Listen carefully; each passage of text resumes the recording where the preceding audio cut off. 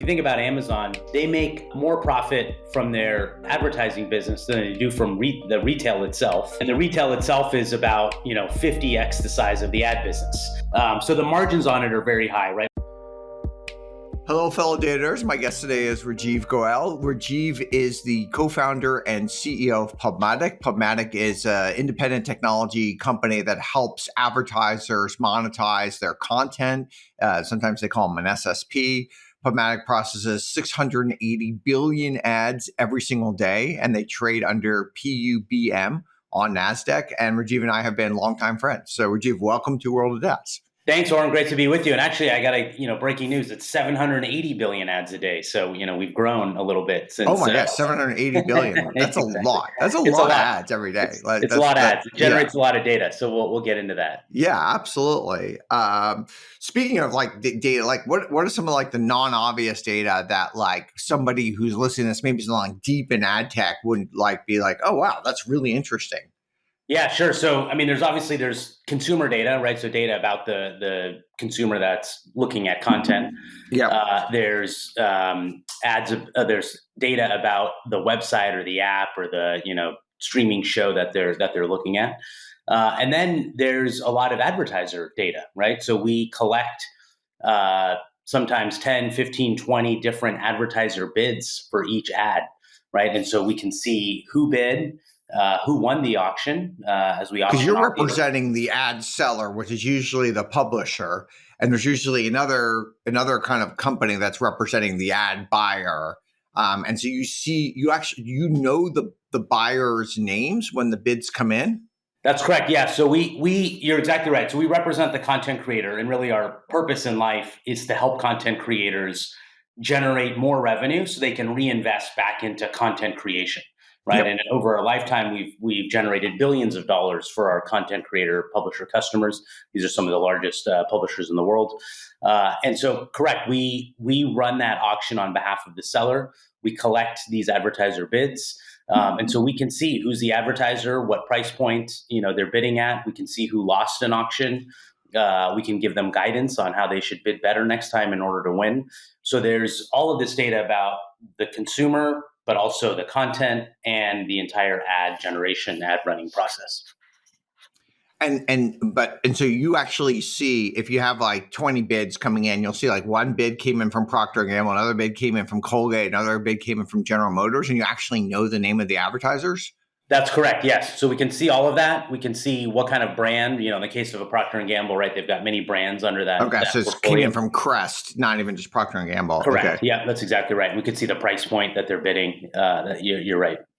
Okay. And then you're processing 680 billion ads a day, which I actually didn't even realize. So because how does it work? Because even at $1 CPM, that means you would be processing $780 million a day, right? Yeah. Which we're not, right? Yeah. So, and by the way, with that 780 billion ad impressions, through that auction, that I just described, our platform generates 15 petabytes of data on a daily basis. So that's, petabyte with a P as in Peter. Yeah. So this is a lot of data, right? And we'll get into that, right? That we need to process. But the win rate is not 100%. So that's the answer, mathematically to your question, which is that. And so a lot of ads go unsold. So some ads will go unsold. Let's say the publisher has a price floor and they say, hey, I don't want to accept anything, less than $8. So it might go unsold. If you watch TV, you see house ads, right? Sometimes, right? You see they're advertising a show, or you get on YouTube TV, you get a moment of zen, right? Where it's just, I don't know, an apple pie baking or something like that. So that happens. And then also there are oftentimes multiple sell-side platforms that are working on the same ad impression. So a publisher might work with us. They might work with our competitors. Google, for instance, is a large player in the ecosystem. And so we may bring back the winning bid, but we may not bring back the winning bid. So that fill rate is key. And that's also so they might be a publisher might be working with multiple providers at the same time to help them optimize something. That's exactly right. Yeah. And so that's why our infrastructure efficiency is so important, because we need to process all of these ad impressions, but we may not monetize all of them. And so we need to make sure that our infrastructure is as low cost as possible, which I know we'll get into. Yeah, let's get, because infrastructure is interesting. Like, whereas like most companies, like their stuff is all on like AWS or GCP or Azure or something like that. Like you guys have like your own, you even have like your own metal, right? Yeah, that's exactly right. So, what we did when we started PubMatic in 2006, the whole hyperscaler ecosystem didn't exist, right? It's about the same time that AWS launched. Yeah. And obviously they were years ahead of everybody else. So this whole space was nascent. And Yeah, and you and I programmatic, started our companies. Like I remember we yeah, started like LiveRamp in that time, and like we actually had our own metal too. Like we yes, weren't. This was like pre AWS back yeah. then. I remember like going to like rack our servers. Yeah, exactly. So we think it's a huge differentiator. We own the networking equipment, we own tens of thousands of servers, and then, of course, we own the software.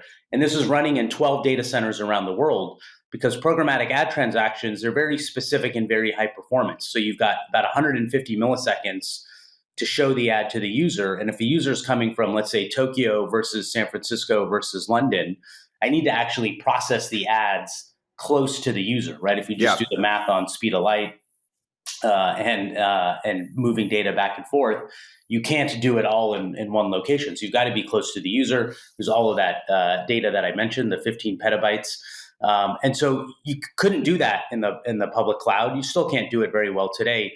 It's either very hard to do or it's very expensive, right? So I think your listeners will know that if you try to move data out of your cloud provider, they charge you a massive fee, right? And yeah. it's always coming down and changing and whatnot. But when you're generating 15 petabytes of data and you want to be able to analyze it and provide up to the minute reporting to your customers, you would need to collect all of that data in one location. And so we built our own private cloud. People thought we were crazy.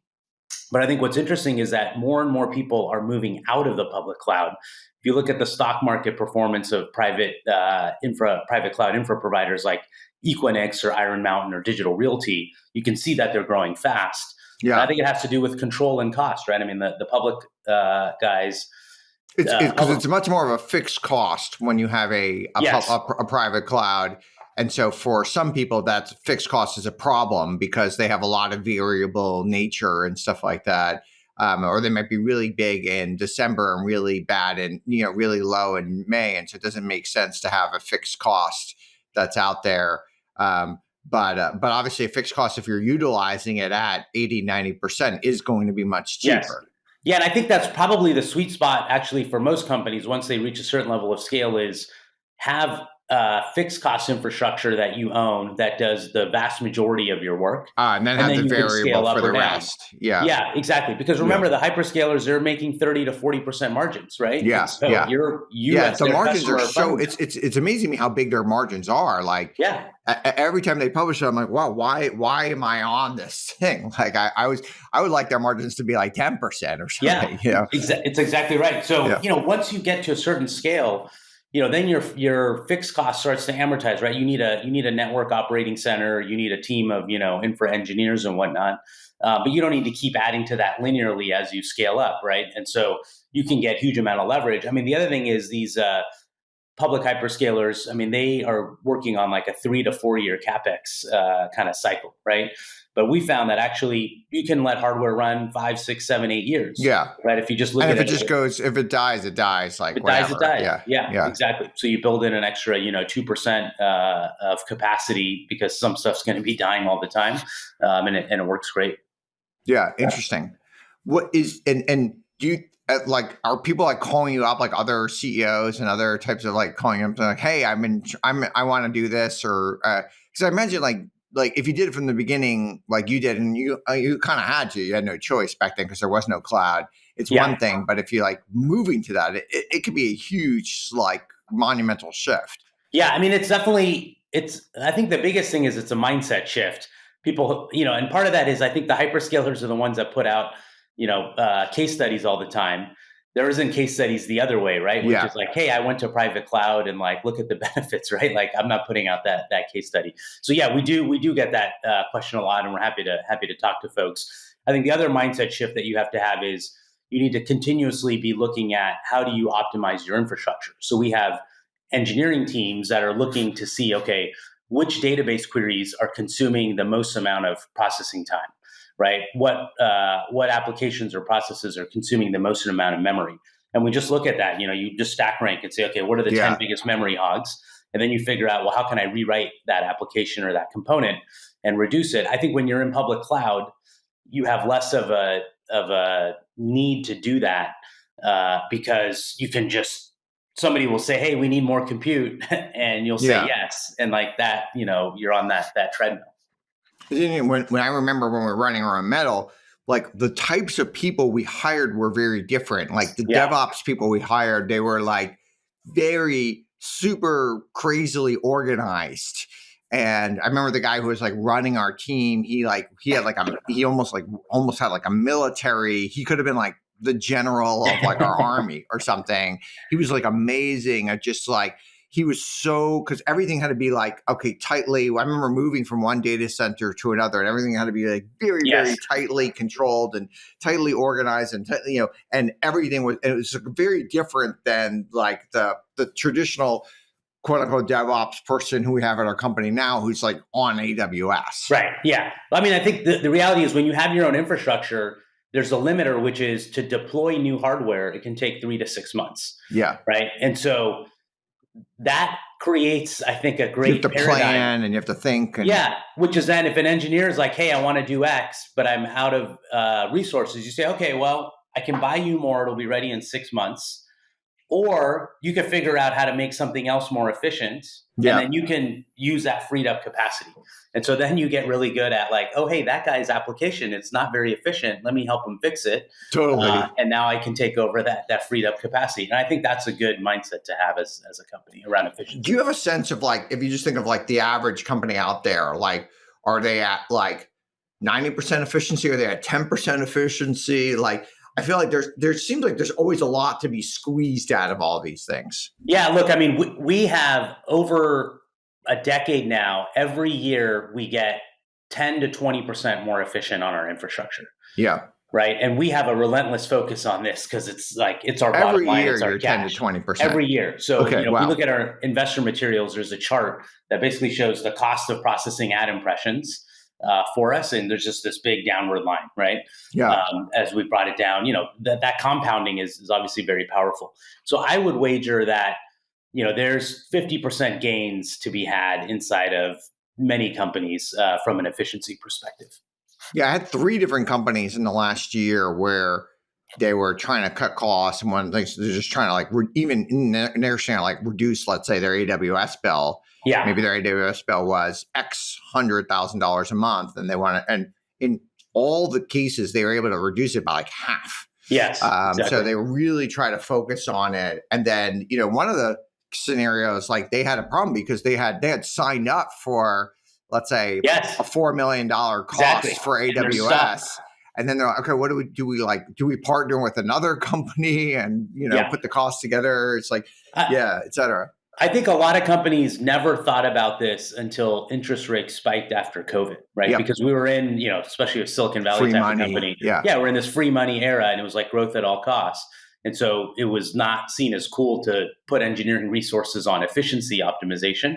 And that obviously has changed quite a bit. And so I think that's good. And we've seen the growth rates in the hyperscalers come down. But now, of course, they're going back up due to AI and other use cases. Yeah. Now you're in an interesting position because you see like both sides of the digital advertising market. Like what, and there's been many things talking about these publishers and how hard it is to be a publisher. It's like, what do you think the publisher's most worried about right now? What are the big opportunities there?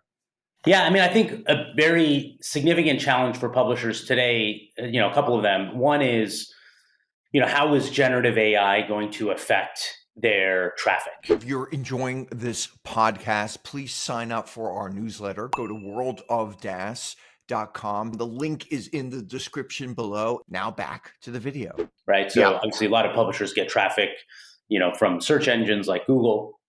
Because if you just want an answer, you just get the answer. Yeah, exactly. And if you think about your own Google experience over the years, right? I mean, you and I, Google was new, right? I remember when Google first put ads on search results and it was controversial, right? Like, and they had to shade them in yellow and all that stuff, right? This is like, well over a decade ago. But it used to be that Google would always send you to the website. Then you started to do like weather or sports scores and it would just Yeah. give you the answer.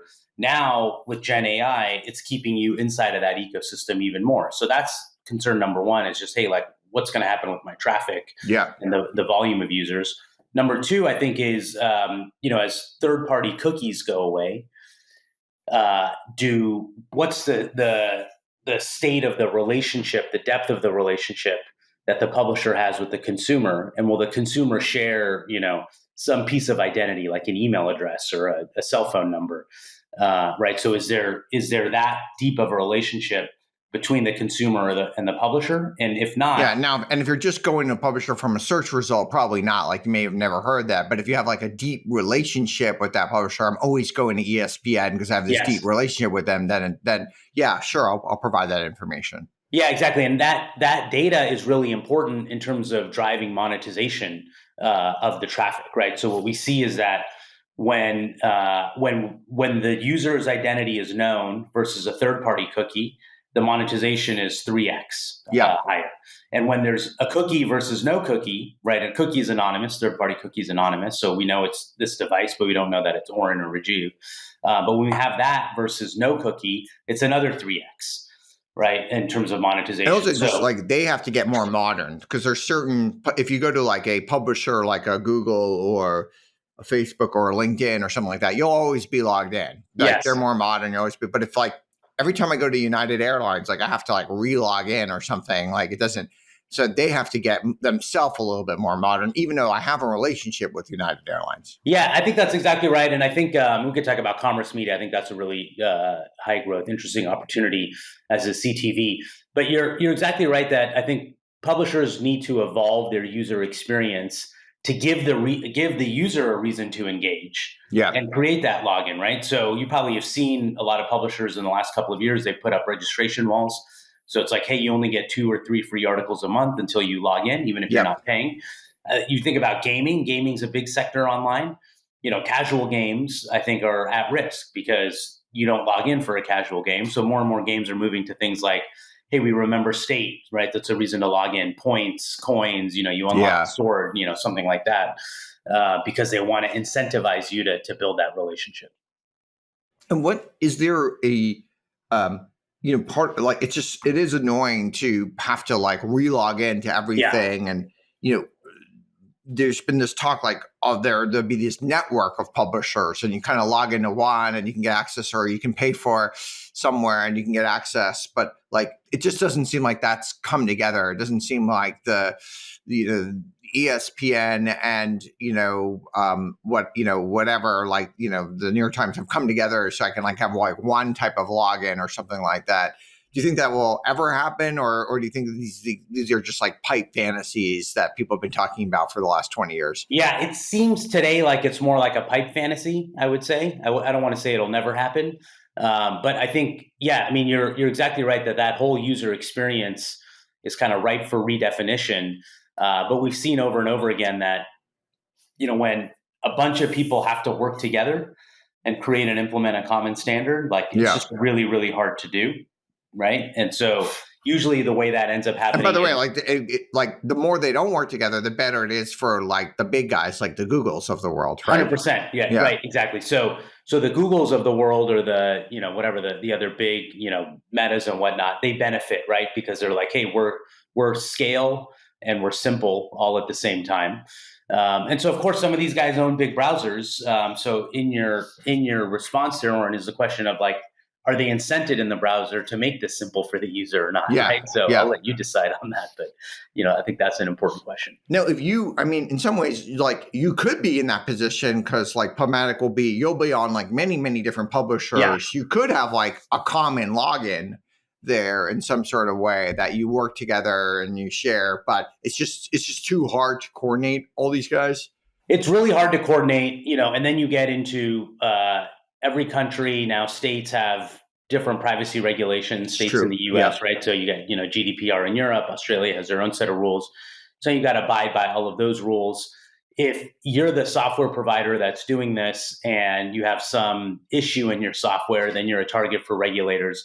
So there's a lot of reasons why it's difficult as a kind of, let's say, as an investment opportunity. Although I agree with you that it would be great from a consumer perspective to be able to have such a simple standard in place. Now, in the U.S. in 2024, there was obviously we had this election, Right. and there's a lot of political advertising that happened. How did that like distort the advertising market? How did that affect the advertising market? What'd you learn from that like event? Yeah.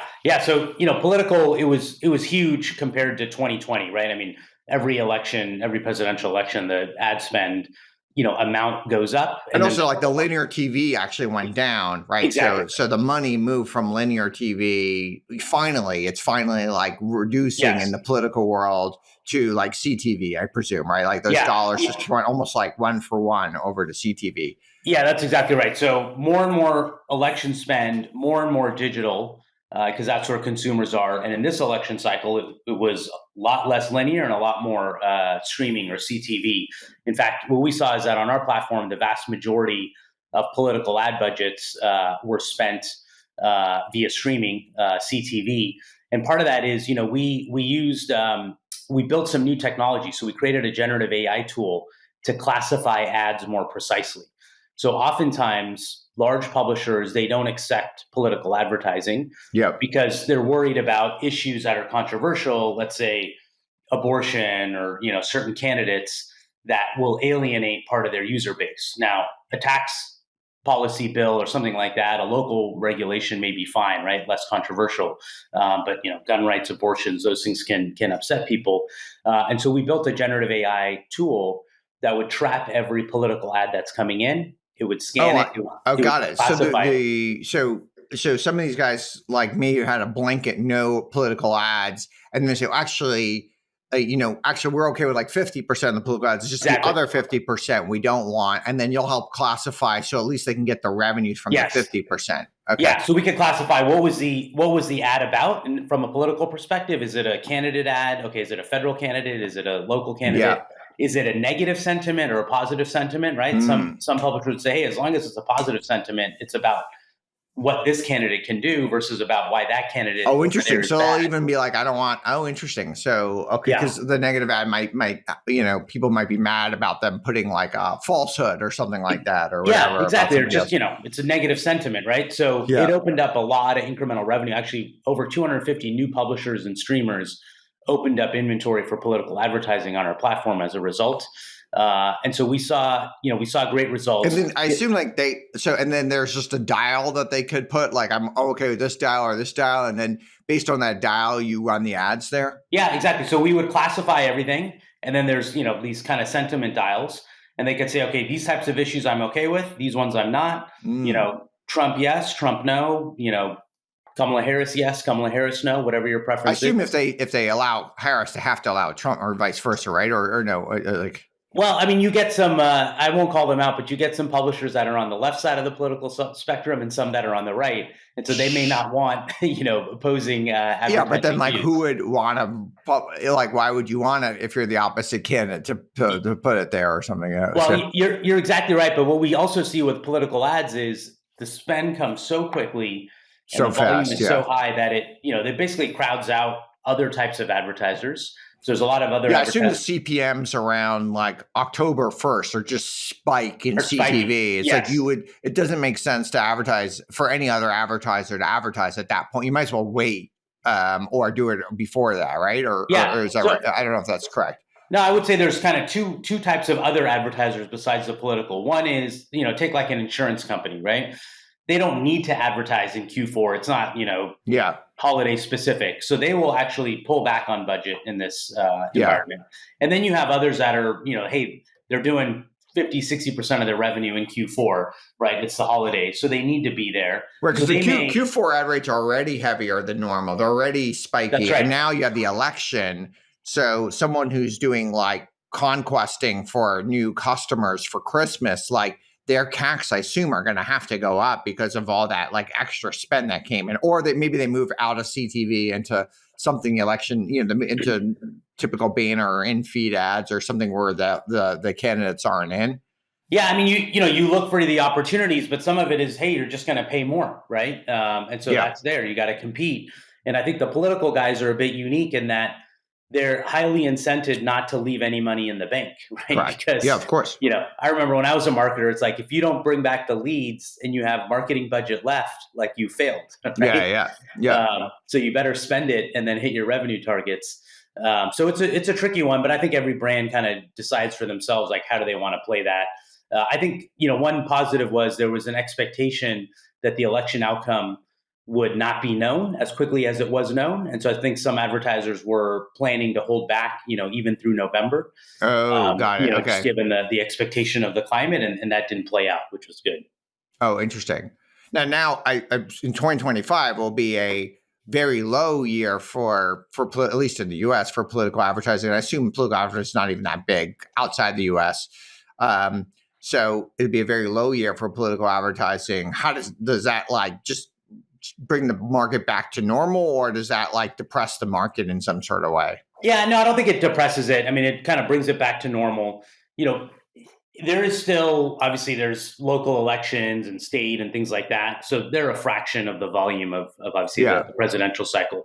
So there'll be some money there, but And it'll it's be an a lot odd year less. anyway, so it's just not that many, That's right. right? You have like the governor's race in like New Jersey and Virginia in 2025, and maybe like the New York City mayor's race. You just don't have a lot of big races. Yeah, that's right. And with respect to other countries around the world, every country has their own regulations, right? So some ban it, political advertising outright.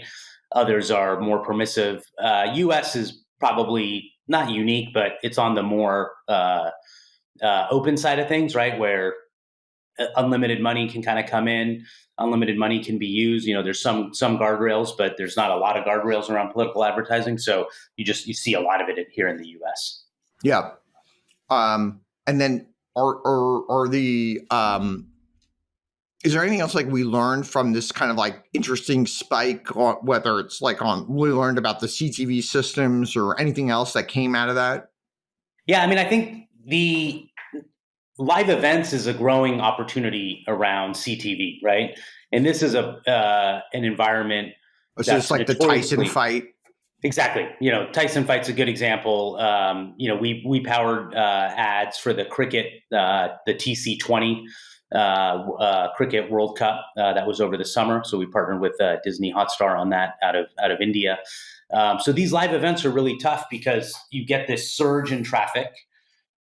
Typically, it's very hard for a publisher, whoever's got the rights to that event, to forecast accurately in advance, right? Like Mm-hmm. how many users are there going to be that come. So if you're trying to sell that up front, let's say you're expecting 30 million consumers, you might get 50 million, you might get Yep. 20. So Yep. you're only going to sell 10 or 20 up front, and then you've got to deal with in that moment. The spike happens within seconds. Let's say when the game starts, right, or it's going into overtime. Then you need to have systems in place, and sometimes those things can flag the traffic as fraudulent, right? They'll say, hey, all of a sudden I'm getting these concurrent requests for ads that Oh are yeah, numbering in the yeah. millions or hundreds of millions. Like it must be fraud, so I'm going to shut it down. So there's a lot of plumbing, a lot of infrastructure work that has to happen, and so we're very much at the forefront of driving that. It's interesting because, like, to me, I watched like Tyson fight, and there weren't a lot of like interstitial CTV ads that happened, but there were a lot of like ads that were within the frame. Like there was this big Experian ad essentially on the Right. ropes and stuff, and and you can imagine in the scenarios where, and whenever you watch like a soccer, which most places call football, right? They have the ads around because Right. there might be no ads during the Yes. whole thing, but they have the ads around the thing you're constantly seeing, Yeah. and I think we'll see more of that where those get a little bit more programmatic, and you and I might see different ads. Yes. I mean, that would be very logical, right? I think the idea of everybody in the stadium and on TV sees the same ad that's around the outside of the field, Yeah. like makes zero sense, right? Yeah, obviously in the stadium, it'd be hard to change it if you're in the stadium, but everybody watching it from on their CTV platform, whatever it is, Netflix or whoever, whatever the platform is, you should watch it. You should see an ad that's more relevant to you. Yeah, I mean, oftentimes if you're watching like a English Premier League match on TV here in the US, I mean, you're getting a Right. I British see ads brand. for things I never even heard of and I can't Exactly. even buy, right? That It's you like can't even life buy. insurance in the Yeah. UK. I can't even buy Yeah. that. Yeah. Exactly. So it makes no sense, right? So I think that speaks to kind of some of the challenges in digital advertising more broadly, which is fragmentation of media, right? Yeah. And I think this really surged in the pandemic, which is, everybody went home, they bought more devices, right? Phones, laptops, computers. Those numbers were off the charts. And then streaming has exploded. And so everybody is watching their content on their own terms. And, sporting events, shows, et cetera, that used to be a British show, are now available around the world, right? Or, US shows or, Mexican, Latin American content is available. So people are watching whatever they want to watch, however they want to watch it on whatever device they want to watch it on. And so from an advertiser perspective, if you compare that to a couple decades ago, I mean, broadcast TV had 80% market share in its heyday, right? Something like that. Today, the largest is YouTube, and YouTube is 10% of all TV viewing in the US. Yeah. So it just shows you, It's right, like how crazy. much fragmentation has happened. And so for an advertiser, it's a lot more opportunity, but a lot more challenge in terms of how do they get the right ad in front of the right consumer. Now, there's also been this surge of podcasts. In podcasts, it's almost old school where the ad is the same to everybody. It's like a sponsored ad based on like the reach of the program, like on Joe Rogan or Lex Right. Friedman. Like every single listener hears the exact same ad, which is like almost like it was in like the 1980s and 1990s. It's kind of like going back to that. Could we see the podcast world evolve? I think we definitely will see the podcast world evolve, where you should expect that you're going to get an ad that's specific to you, right? Based on, let's say you're watching or listening to that podcast. I guess you could say watching too. There's a lot of video Yeah, sure, on for sure. A lot podcasts of people now. watch podcasts. Yeah. So you're watching it on, let's say, Spotify or something like that, right? So they know your location. Yeah. They know, do you have a family plan or an They know your individual listening plan, habits. Yeah. right? Yeah. So they know, You're a Taylor Swift fan or whatever. exactly. Yeah. They know what else you're listening to, right? Are you Yeah. listening to NPR or are you listening to, whatever rock music or something like that? So I think there's a lot of opportunity to change those ads and customize those ads. The reality is that podcast advertising, it's not a huge market today. I mean, it's a couple $1 billion, CTV, 30, $40 billion, retail media, commerce media, that's $50 billion. So I think, people haven't been so focused on technological innovation in that podcast space. But I think as it grows, the same innovations that we're applying in CTV, in retail media, et cetera, will come into the podcast arena. And you mentioned earlier, like cookies are going away. Of course, we've been like kind of preparing for this for like over 10 years now for cookies to go away. And they've been slowly going away. Right. They don't have cookies on, iOS, on Apple, on, a lot of mobile related things. That's right. So they have kind of gone away over time. Like, what is like, if you kind of walk us through the next few years, like what does that new world look like? Yeah. So in just a level set, right? So, cookies have been going away, exactly as you said, third-party cookies. And I think the challenge is that many users didn't know that cookies existed and how they were being anonymously profiled. And I think about, Cambridge Analytica as really the start of consumers becoming aware of how their data is being used on the internet, right? You can, I think, go back to that. And that was kind of the first mainstream thing that reached the press and reached consumers about how their data was being used. And, consumers, of course, need to remember that they're getting free content, which is incredibly important and valuable, right? And so I think that bargain kind of had been forgotten, right? Which is like, hey, the consumer shares data, and in return, they get free content, right? And we all know the history of Procter and Gamble and soap operas, right, from, I don't know, whatever, 50, 70 years ago. But I think a lot of consumers forgot about that kind of equation. And so now what's happening is consumers are being asked to explicitly consent to sharing their data, right? And so, they're being reminded of that value exchange. And so we're right in the middle of the process of where the industry participants, like us, consumer rights, representatives, regulators, big tech companies, we're all figuring out how this is going to work in the future while we're supporting a nearly $1 trillion digital advertising ecosystem. So I think what's likely to happen is that it's a little bit ironic, but consumers will be at the center where they're asked to consent, but in fact, they're asked to share more information about themselves than was the case in third-party cookies. Yep. And CTV is a prime example, right? So, there's been a huge growth in ad-supported streaming content, right? Consumers are saying, "Hey, I don't have the money to go even ad-free." Netflix. So many people now do the ad stuff. Exactly. Yeah. Now, you log in to all of those services. So you're providing an email address, a credit card, your name, like all of this information. Yeah, they know your home, obviously, because that's where you're watching it. Yeah. Exactly. And they know, where you travel to, right? Because they see that, you logged in from a hotel room, in New York City or whatever the case is, or you have a, vacation home or a friend's home or whatever, you logged in the same login. So they can see all of this information.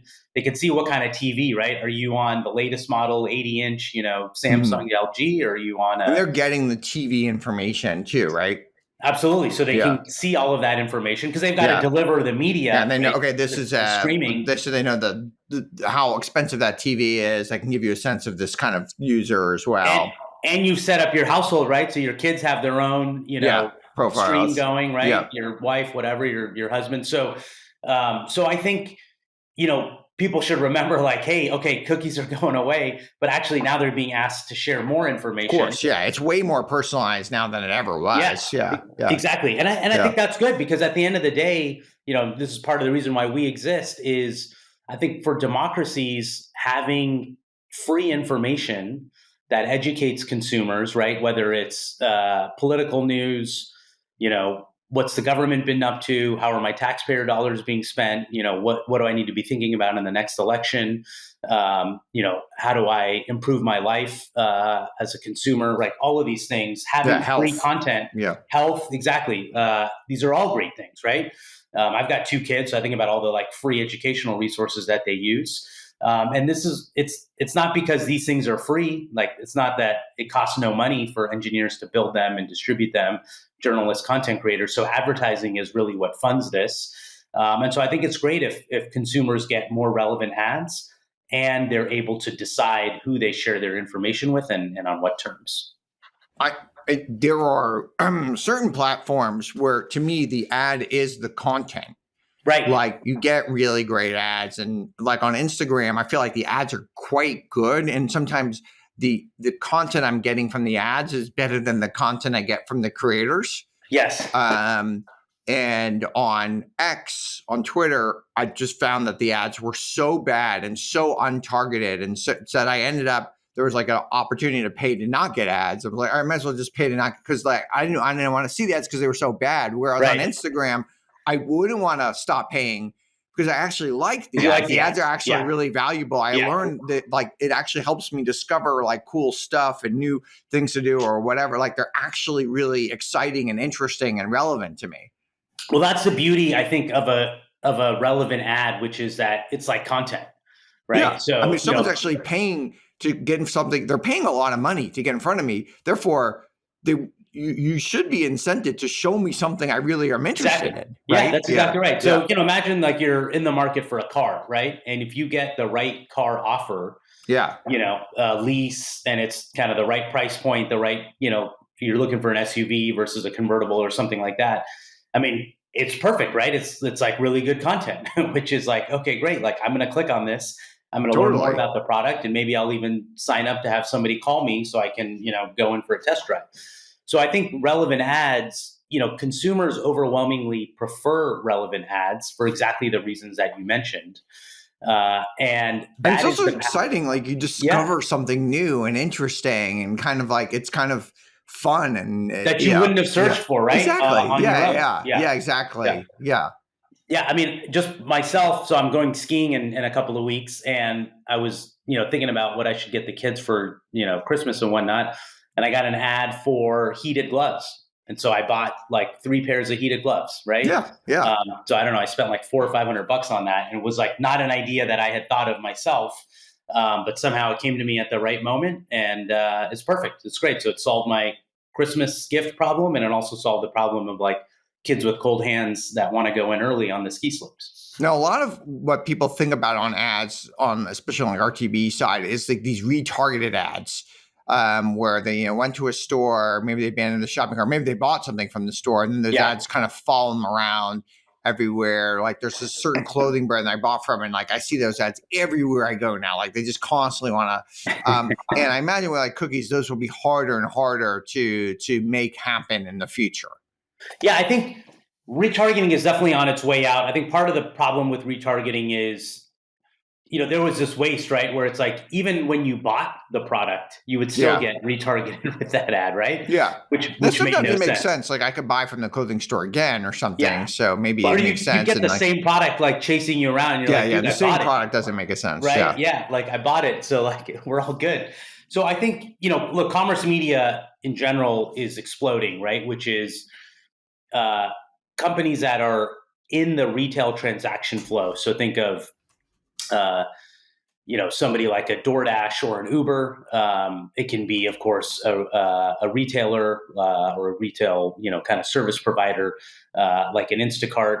Also, travel companies. You mentioned United Airlines earlier, right? So, United is getting in on this. So people that are around the transaction and have consumer first-party data, but they also have a canvas where consumers are coming to their properties and they have an ability to show ads. It seems like they're all becoming ad networks. I mean, there's always a joke that everyone becomes an ad network. But yeah, you mentioned like United, Uber is definitely an ad network. Instacart is an ad network. Shopify, Walmart DoorDash, and Amazon. Yeah, obviously Walmart and Amazon. Those are massive. Two of the largest, right? Yeah, but it seems like any place like I'm like going to shop, like has like a whole huge, and then that ad business is very high margin. It's very, very lucrative for these guys. So you rent a car, and all of a sudden you've got like all these ads coming in. Potentially, I'm even surprised. Like when I actually show up in the car, there's not a credit card ad in the car or something, right? Like that's going to be there pretty soon. Like there's all these high margin things to go. Sometimes even when you're flying on an airplane. Yes. Like the last 5 minutes of the flight, you're hearing some pitch of the flight attendant, trying to get you on the credit card and stuff. Exactly. So you're exactly right that the margins here are massive. So if you think about Amazon, they make more profit from their advertising business than they do from the retail itself. Yeah, it's crazy. And the retail itself is about 50x the size of the ad business. Yeah, right. In terms of maybe revenues, it's come down. In terms of revenue, maybe it's like 30x now. So the margins on it are very high. Right. Walmart is growing a huge business. We've announced partnerships with Instacart, with Klarna, very recently with Intuit. So about 50, 60 million. Oh yeah, Intuit, great example. Yeah, right. Yeah, exactly. So people are looking to monetize the data that they have, and it's scaling. I think there's a lot of challenge and opportunity around it, which is, yes, everybody wants to become a retail media network, but I don't think advertisers can buy across thousands of these things, right? Like it just gets too fragmented, too difficult. And so we're actually playing a key role working with agencies and advertisers to aggregate a lot of this inventory and make it viable at scale across a lot of these retail media networks. Now, question for you okay, so there's these, there's obviously like Google and Meta and, et cetera, some of these like very large companies out there. Then you have like all these other kind of like random companies that are in like the ad tech ecosystem. But you've got like two that are just like massive in terms of market cap, right? You've got AppLovin, which is like over 100 billion market cap. You've got the Trade Desk, which is like over 65 billion market cap. Like, why are those two done so well? Like, what? Obviously, they've got great CEOs and they've got other things, but like, what? Like, I would have never have thought. Like I know I've known both of those guys for a long time. I would have never have thought they would have been able to build a business this big on what they're doing. What are they doing right? Yeah, I mean, I think in each of their cases, it's a little bit unique, but sure, yeah, they've established, I think, category leadership in the sectors that they're in, and the tailwinds in the sector are such that just compounding growth year after year, they've been able to demonstrate that, establish that leadership, and therefore I think investors are paying for their companies well into the future. So in the case of Trade Desk, right, they've obviously consolidated and established leadership as the largest independent demand side platform. I think they've gone, head to head with Google and shown that, hey, we Trade Desk are, I don't want to put words in their mouth, but more objective, more transparent. We're independent because we don't own media. We're not on multiple sides of the transaction. In the case of AppLovin, they've really taken ownership of app monetization, and most recently they've combined that with this commerce media, trend that we've just been talking about. Yeah.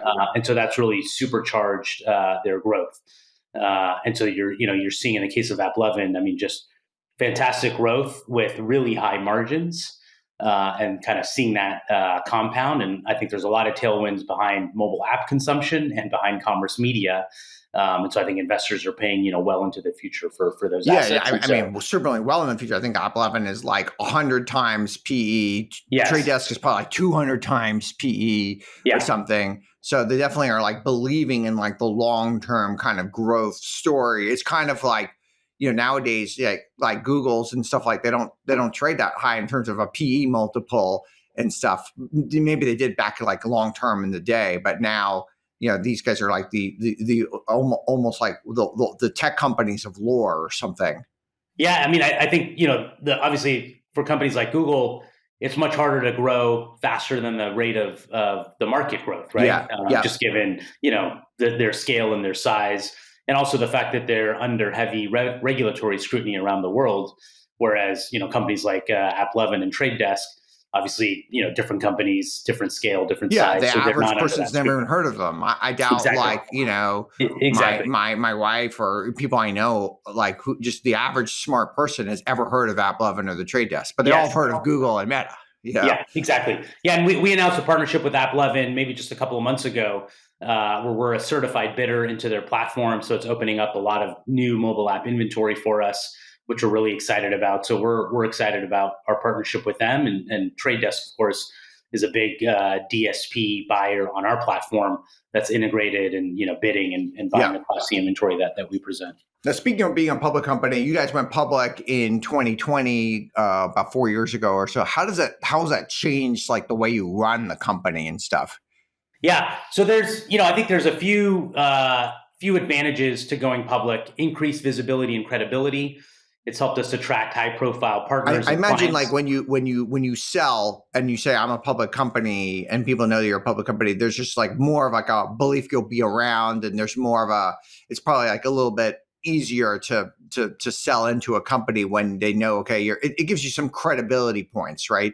I mean, I think that's exactly right. So, we're selling to the world's largest brands and publishers. Yeah. And, the established incumbents are companies like, Google and Meta, right? And so we're going into them and saying, hey, we're a stable, safe place for you to build your ad business over the next decade. And if you're public, I think it's a lot easier to tell that story, particularly in our case where we're very capital efficient. Yeah. We're profitable, cash flow positive for many, many years. I think, 10 years in a row of profitability, something similar for being cash flow positive.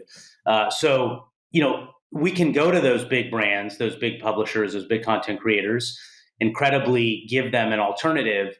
Where I think if we were private, they would say, well, I mean, they're telling us a good story, but we don't really know what's behind the under the hood in terms of the financials. So it's safer to just go with the big guys, right? Yeah. And so I think that's been a huge advantage for us. And then, I think for our employees and our investors, obviously, they have opportunity to monetize. I mean, we're 18 years into the business, and so they all, though nowadays, like there's plenty of ways to do secondaries and give employees ways and other investors ways to do that, right? Like, so you have companies like Stripe that have had multiple rounds of things that have happened over the years. So there are other ways to do it without being public, right? I think that is true. I think that gets a lot of attention. The reality, though, is that it's a subset of companies that have that kind of demand. Yeah, where they can do those secondaries, yes, right? So Stripe, Databricks, like there's a small number. It's not 5 companies, but it's not 500, right? Yep, and so you read about that a lot, and it's like, oh, it seems like every company is doing that, but in reality, it's very few companies, right?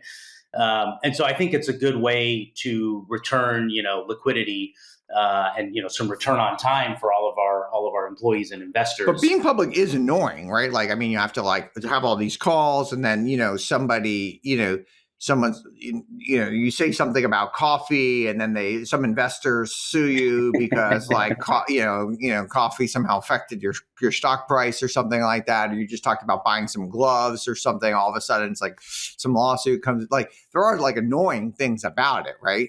It's definitely a shift of priorities, right? So you've got to spend time communicating your story to investors. There is, more, let's say, process legal overhead, right? Yep. It's one Yeah. thing when you have. There's some like X millions of dollars that you spend that you wouldn't have been spending. Yes, Yeah. exactly. I mean, your shareholder base changes, right? I mean, when you have, let's say, venture capital or private equity investors, they're very sophisticated, right? And maybe you have 5 or 10 of those on your cap table. So it's one thing to communicate to them. When you go public, your neighbor's grandmother might have stock in your company, right? And so it's a totally different challenge to communicate to that person. And obviously the legal challenge, that sophistication of that investor is probably lower, maybe lower. And so you've got to, do things in a different fashion. So yeah, I would say it's not without overhead. So I think you've really got to think about, hey, you also get a lot of levers, right? Like it's the lowest cost of capital. Yeah, so if we think, that's true. Good point. Back to our conversation about and borrowing too. It's easy to borrow. Yeah, whether it's equity or debt. So back to our conversation about infrastructure, right? If you're not on public cloud, you're on private cloud. Good point. Yeah. You need capital, right? Yeah. To be able to build that. Yeah, you need to borrow $20 million. It's so much easier as a public company to do it. The comps are there. Yeah. Yeah, that's exactly right. So you have these new growth levers, right? You have the quarterly, reporting cycle, which is a big kind of bully pulpit to put your message into the market. So you have these new levers, and I think you really have to just think about, how do I use these levers? And they come with some costs, but how do I use them to help me grow faster and achieve my objectives? Because you hear from some people like, oh, it's not worth going public if we're not of market cap at least of X billion dollars or something like that. Like, what would you say to those CEOs? Yeah, I mean, look, I think there is some truth to that, right? So investors spend time with the largest companies by and large. There's no doubt about that. So people are going to do, they're going to do work on the mega cap companies. Right. They can't even put $100 million into you, right? Because that would be too much. Too much, right? Yeah. Totally. I mean, I had a conversation with the CEO of a $30 billion financial services company. And I was just talking to him about being a public company. He said, oh, the hardest part about being a $30 billion company is, nobody spends enough time on us. And I was like, man, I was thinking, because some of these funds might need to put, they need to put like billions of dollars to work. Yeah. Right. Yeah. And, and he's in a basket with like JP Morgan and Goldman Sachs, right? Totally. In the hundreds of billions, right? So yeah, I mean, that is difficult. But at the same time, I would say, hey, when you go from being a private company, the number of investors that are relevant to you, to going public, even if you're a small cap public company, there's a whole larger set of investors now, right? Yeah, that's right. So the investment pool grows, even though it's not as large as, let's say, NVIDIA is attracting. So I think it's great. I think the debt markets become a lot easier when you're public. We don't have any debt. We're, a profitable company. In fact, we announced share repurchase program about a year and a half ago, maybe 2 years ago, that's going strong. But if you want to raise debt, I mean, you can raise debt literally in. So when you're buying infrastructure, you don't buy it with debt. You just buy it with your cash flow. We just buy it with our cash flow. Yeah, okay. Exactly. Oh, interesting. Yeah. That's the most efficient, form of capital, right? Yeah. Exactly. Of course. Yeah. Exactly. Now you founded PubMatic with your brother. I think a lot of people have talked about doing something with their spouse, doing something with their sibling, et cetera. There's always like these pros and cons. Like, what's been your experience? Yeah, you're exactly right. And actually, this is I guess it's like our second or third company together. Yeah. I guess our third. So our first one, ChipShot, this was back in the late 90s, custom built golf equipment direct over the web. And I remember, we were like in our early 20s. And we shared a cube, and like every once in a while we'd get like in an argument, and then it would devolve, right? It would be like, oh, well, when I was 12, you did this to me, and then you did that to me, right? And so then my brother moved to India, and he lived there for like 8 or 9 years. And I think that was actually really good. And we were, running a company together as well there, where because the time zone's 12 and a half hours apart, like both people want to be very efficient, right? Because it's like it's somebody's breakfast and somebody's dinner, right? And so like you don't want to be on that call for very long. So it causes you to be like very clear, concise, and to the point. He's now, he's moved back to the U.S. a number of years ago, but I think that taught us to be, focused and succinct in our communication, which has worked out well. I think the other lesson is, you just have to be very clear on who's responsible for what. I think having kind of dual ownership of things can be confusing for everybody, not only yourselves, but also for the rest of the team. And so just saying, I assume it's true of any founding team, not just siblings, right? Yeah, that's right. So just having that clarity of like who's responsible for what, so everybody knows who to talk to. The decision making is super clear. I think that is really important. All right, this has been great. Last question we ask all of our guests: what conventional wisdom or advice do you think is generally bad advice? Yeah, I mean, I think there's always this point about you got to find work-life balance, right? In a way that means life is different from work, and it's a zero-sum game. And I totally disagree with that. I think if you want to be great at something, you have to be willing to do it, way more than anybody else, right? It's just super rare that somebody is born with innate skill or talent, if at all. And even if they do have that, I don't think that's typically sufficient, right? So you've got to hone by the way, it's not like LeBron James doesn't outwork everyone else. Exactly. And he was clearly born with some amazing talent, but he's like the way he becomes like the great, or Steph Curry, like he's out there every day just doing like crazy amount of work. Yeah, that's exactly right. So you have to hone your craft no matter, what talent you're born with. And so I think it's best to focus on finding something that you really enjoy doing, because then work and your life become one and the same, right? You don't mind putting in the time because it's fun. And only when you put in the time can you truly become great at something. And I think your family can benefit from it too, right? They see that you're working hard at something. They see that you're passionate about it. And they see how you can integrate it into your family life. And I think there's a lot of great benefits that come from that. Yeah, I love that. All right, thank you, Rajeev Goel, for joining us at World of DaaS. I've been friends for a while. I follow you on LinkedIn. I definitely encourage our listeners to engage with you. This has been a ton of fun. Thanks, Auren. Really enjoyed it. Super fun to catch up with you. Yeah, absolutely. Thanks for listening. If you haven't already done so, please subscribe to World of DaaS wherever you consume your podcasts, YouTube, Apple, Spotify, and more. And please help us get discovered by leaving a review. And check out worldofdaas.com. That's worldofdaas.com. And of course, connect with me on Twitter @Auren. That's AUREN. Would absolutely love to hear from you.